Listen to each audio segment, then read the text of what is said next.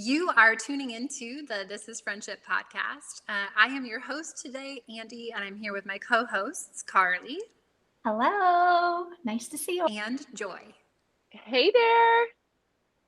Thanks for joining us. You're joining us in a two-part series. Last episode, we talked a little bit about our own personal entrepreneur journeys and our stories, and maybe a little bit about This is Friendship podcast as well. We're super excited to continue this topic and believe that we want this to have added value. If you are going through a career soul search, if you're maybe working from home, if you've ever thought about becoming an entrepreneur, this is definitely an episode that you want to tune into. We talk a lot about taking a leap, which from a journey standpoint can sometimes be very scary. You can live vicariously through us and maybe hear what has worked for us or maybe what hasn't worked for us. In addition to that, we want to talk a little bit about what lights us up. In our last episode, Joy very beautifully articulated that she loved talking about the things that light us up. And so we're very excited to continue this topic of becoming an entrepreneur with you today.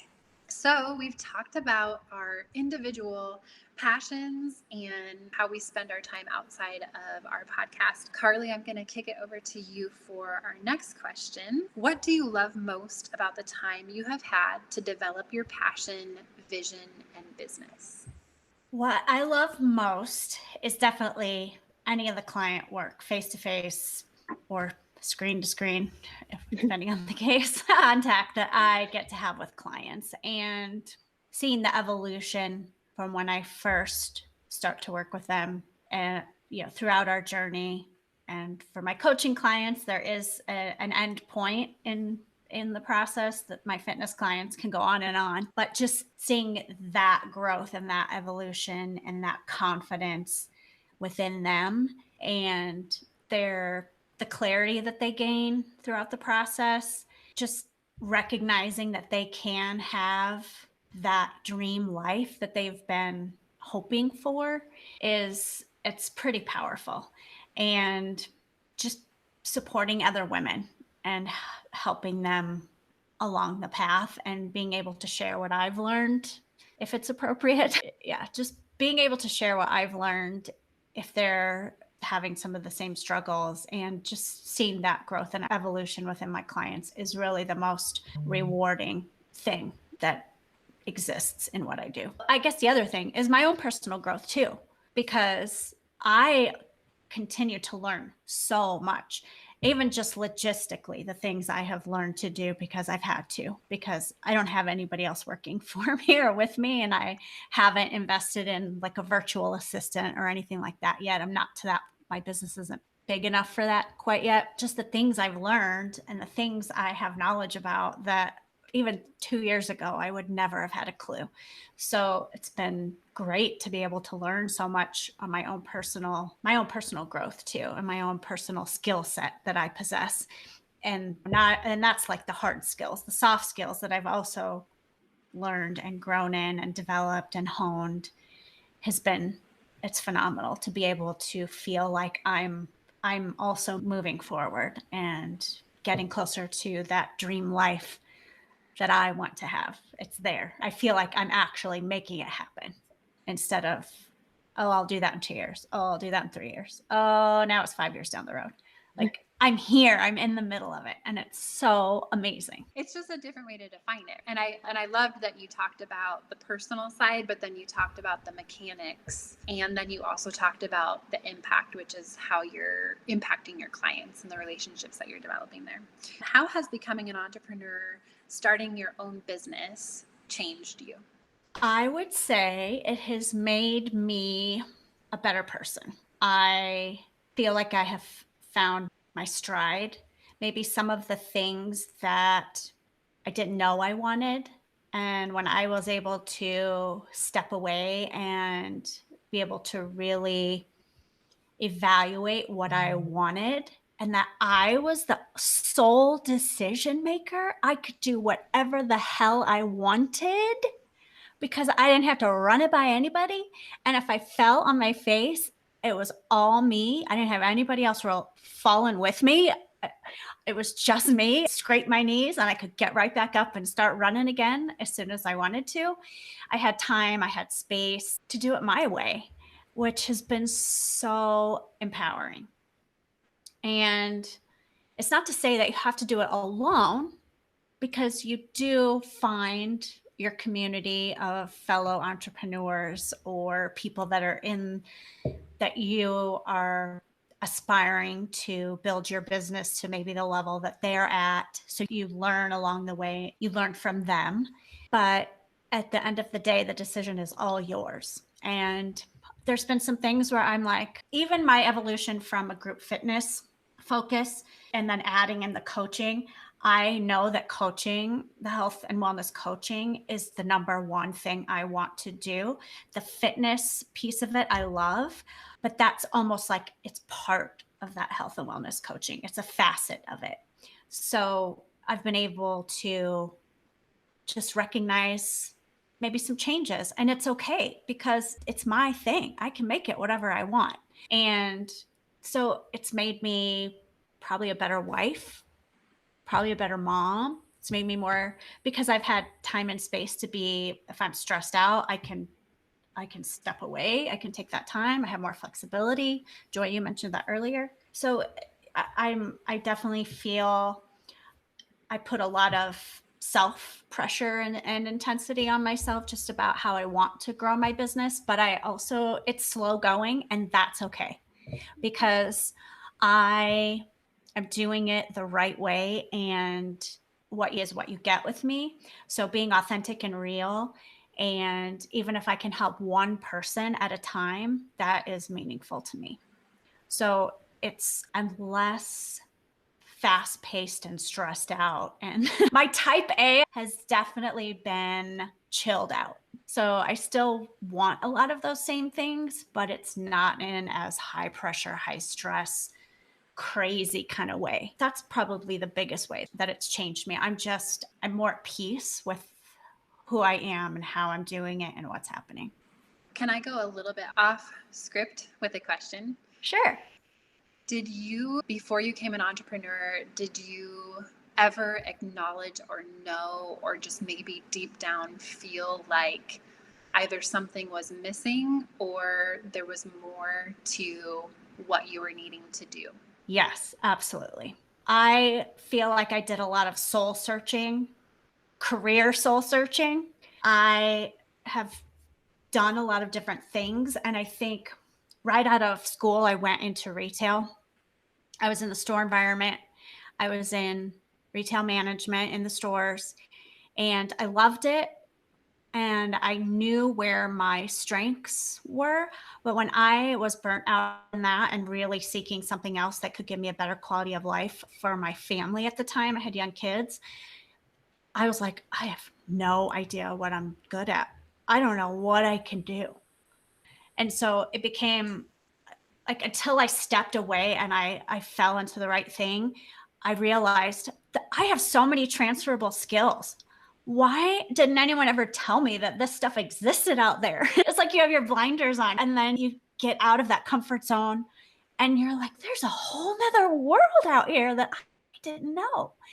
And then I started to realize this is not, I have to do something that has meaning and is making an impact. So I started seeking those kinds of things. So then I went to another job after that, and that's where I met you ladies.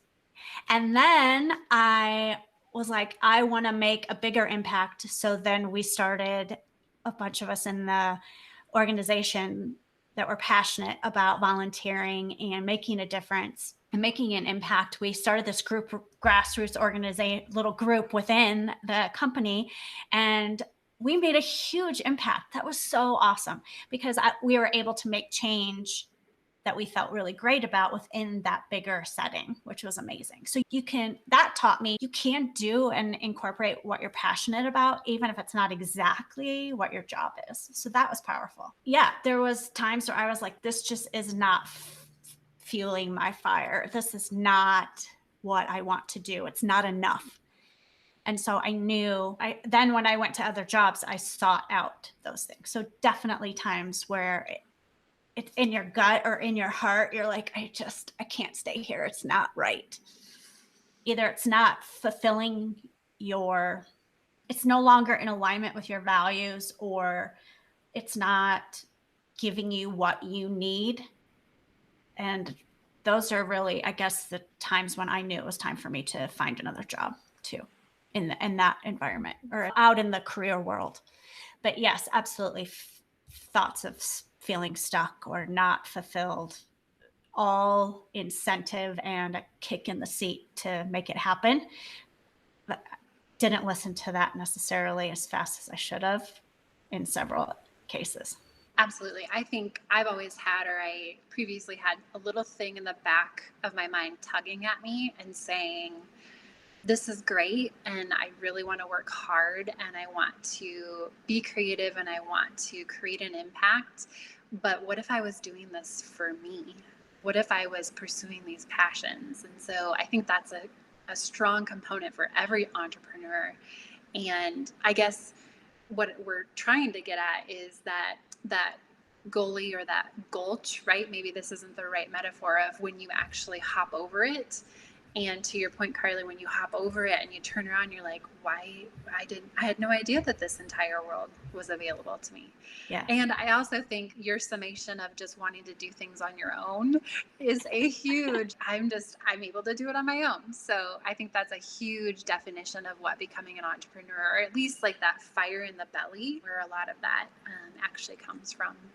Yeah. It's pretty powerful to be able to recognize and identify those feelings and thoughts that you're having, and then to understand that by taking action, you can get to the other side of it, and just really having the guts to make that leap, like we talked about. And I understand when you can't do it because you need that paycheck and you can't, there's things that it's not the right timing, perhaps. But I would encourage you, if you have ideas, try to do it on the side. Try to do it in a small way to test it out, to figure out how you might be able to do it alongside your paycheck job. And pretty soon you'll be able to figure out, oh, I'm glad I didn't leave that job because that's not what I thought it was going to be. It's not going to work out. Or, holy crap, this is like totally taking off and I'm so much happier over here. Then I'm leaving that behind. Your side hustles become your main hustle. Yeah. Yeah. Very well said. Very well said. Joy, how about you? What do you love most about the time you have had to develop your passion, vision, and business? Ooh, definitely some selfish reasons. Snuggle time, number one, for sure. I get doing my homework and my product research is getting to try out all these different kinds of books that I probably would have never read my 3-year-old. We're getting into some awesome chapter books and some that he's actually sitting still for 30 minutes at a time. So it's blowing my mind, but I would have never in my wildest dreams thought my on the go, like full speed, one speed notch kid would be sitting for chapter books that are, he's learning some awesome messages and getting to go on these awesome adventures through the seat of my lap during a pandemic where it's hard to go do anything with a little guy that's putting his fingers in his nose and his mouth like every other second. So to be able to provide those experiences and adventures from the safety and security of my lap and my arms, it's definitely some selfish reasons. Now, other bonuses along the way. Karli, you touched on it, being able to give back in a way that I didn't think that I could. I think through meeting other book lovers or other mamas that want to do the same thing or have the same passion about just getting these adventures and experiences in front of their kids and being able to give them free and half price books for hosting parties and building their own home libraries to be able to share those experiences with their kids. I had no idea what kind of impact that would have on me and what kind of conversations, what kind of challenges and problems we would talk through on a level that was never something that I thought about, oh, I'm going to become a book lady and have all these awesome benefits. But to be able to connect with these mamas and women on a whole nother level, to be able to help them solve challenges that they're working through, or not only that, but just be able to relate to, helping them feel like they're not the only one that has toddler tantrums, big wobblers every hiding around the corner, like 5, 10, 15 a day, whatever it is, especially during a pandemic. So just having that relatability, being able to help someone financially too, being able to put some free and half price books in the hands of their kids that I really believe is content quality and durability that are going to last for a really long time with some awesome benefits that I didn't even think about. Another one we talked about, we all worked for a company together and we're able to give back. And we've got some, through Usborne, we've got some awesome opportunities to give back. We've got Cards for a Cause that we can raise money for different kind of fundraisers, for different kind of organizations. We've got book fairs that give free and half price books to all kinds of different organizations that are nonprofit, and even schools and libraries too. So those are things that I didn't even think about the community or outreach that I could touch and then get that back in appreciation, community, just learning about myself and that growth, being able to give back or help someone else. I think it's definitely super important to me, but I didn't realize how big of an impact I would get to have in this position that I'm in right now with those bonuses.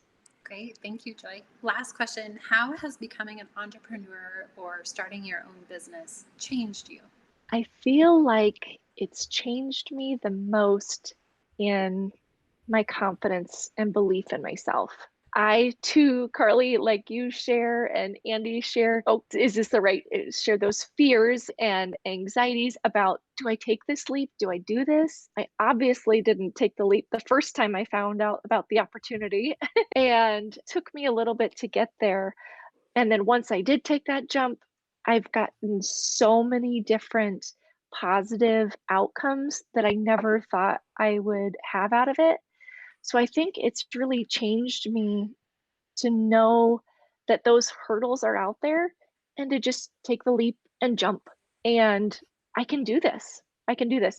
I'm also been in a fortunate enough in a spot where I made the choice to stay at home with our son. So I'm definitely working my book business on the side while I'm staying at home as my full-time work for free job. But that was a choice that we decided to make with our family, and we decided to make financial changes accordingly to be able to do that. And this book business also is providing opportunities and experiences that I probably wouldn't have otherwise been able to have at the same time while staying at home raising my littles. So I think the confidence and belief in myself is definitely the thing that has changed the most. Beautiful. I loved hearing from both of you how taking the leap or becoming an entrepreneur really has molded and shifted and changed, I think, all of us into better women. I think that it's deepened our knowledge. I think that we probably had the throwback to previous episodes, we maybe had a little more of a fixed mindset. And now we have a little more of that growth mindset because you have to have that. I think for me, what I have loved most is finding gratitude. I had some incredible opportunities with previous companies and previous positions.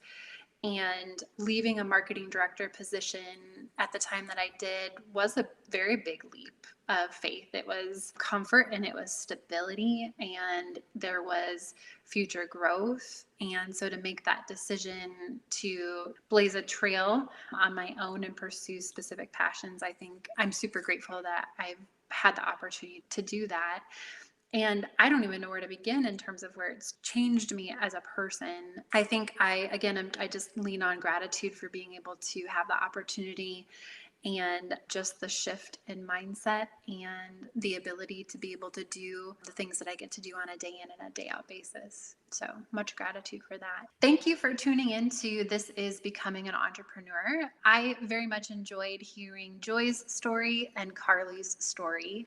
And a big part of our mission and purpose for doing this podcast is to create positivity and to inspire you.